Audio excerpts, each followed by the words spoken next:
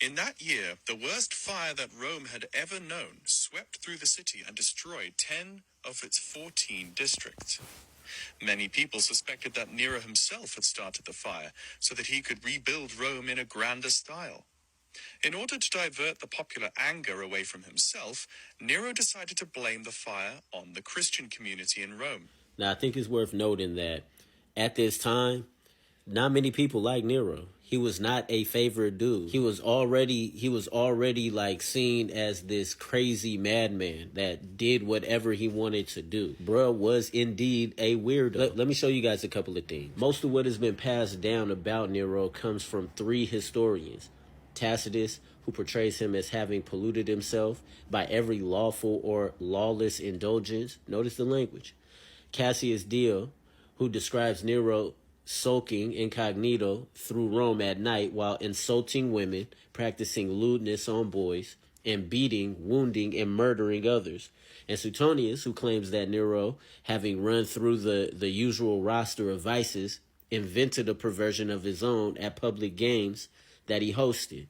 Goes on, he says, in which he would put on an animal skin and assail with violence the private parts, both of men and women, while they were bound at the stake. Before I actually looked into these sources, looked into this information, I knew nothing about Nero other than he was a Caesar. How many Christians actually know much about about Nero or any of the Caesars, even though a few of the Caesars are listed right there in scripture? Like, y'all got to understand, it is understood and accepted that Nero is the one that put Paul to death, that put Peter to death, and that he came against the saints. And you heard the beginning of this chapter.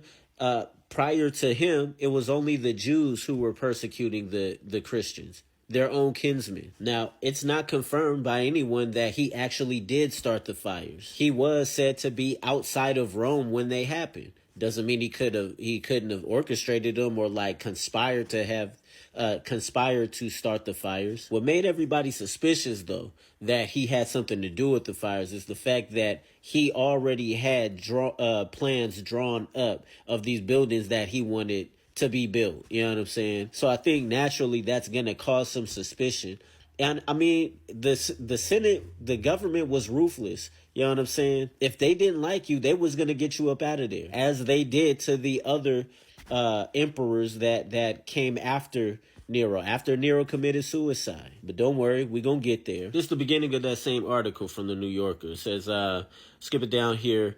According to various Roman historians, he commissioned the assassination of Agrippina the Younger, his mother and sometime lover. He sought to poison her, then to have her crushed by a falling ceiling or drowned in a self-sinking boat, but ultimately having her murdered disguised as a suicide. Yeah, it's called matricide, when you kill your own mother. Anyways, despite the fact that his mother was the one who put him in position, that family was just so corrupt and dude was just so depraved, you feel me?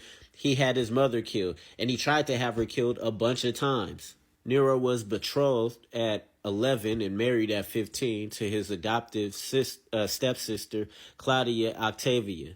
That was the daughter of Emperor Claudius, or Claudius Caesar. At the age of 24, Nero divorced her, banished her, ordered her bound with her wrists slit, and had her suffocated in a steam bath. He received her decapitated head when it was delivered to his court. He also murdered his second wife, the noblewoman Poppaea Sabina, by kicking her in the belly while she was pregnant. Nero's profligacy, which is a word that it's like licentious, his reckless, nasty, disgusting. His profligacy went beyond slaughtering his nearest and dearest. He spent a fortune building an ornate palace only to have it burned down, along with the rest of the city of Rome, in conflagration that lasted for more than a week.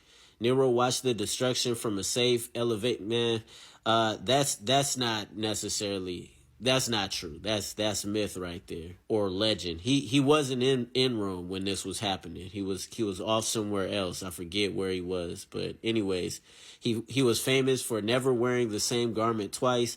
He sought out sexual thrills like a hog snuffling for truffles.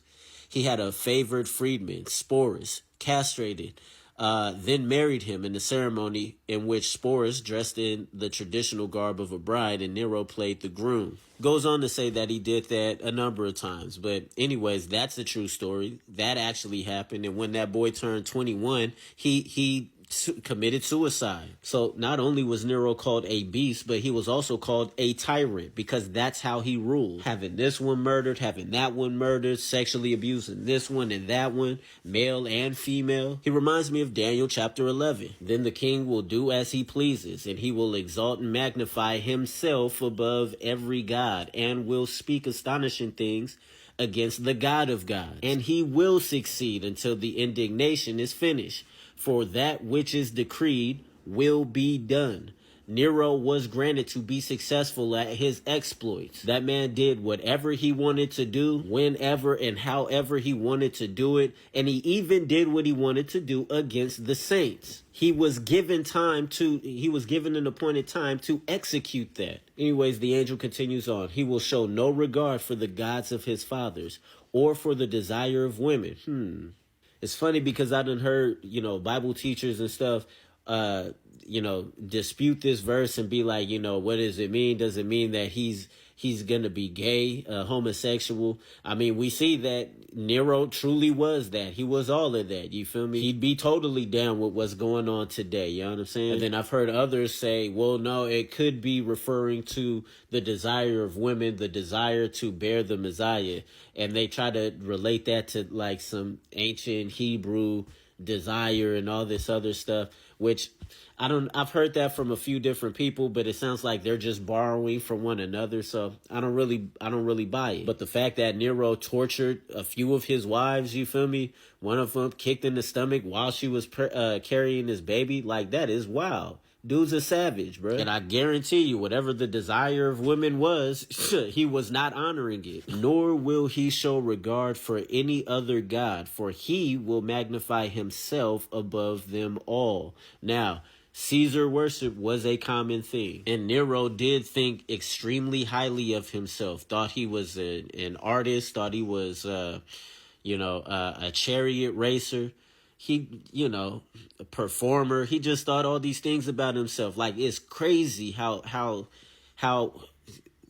just depraved this dude was. The man was way worse than Antiochus Epiphanes. You feel me? He was way worse than Hitler. He's way worse than any evil person that we would think of in our lifetime. You know what I'm saying? That boy Nero was a straight criminal, bruh. But instead, he will honor a god of fortresses, a god whom his fathers did not know. He will honor him with gold, silver, costly stones, and desirable things. He will take action against the strongest fortresses with the help of a foreign god. He will give great honor to those who recognize him, and will cause them to rule over the many, and will apportion land for a price. Sounds like a politician. That's what that sounds like.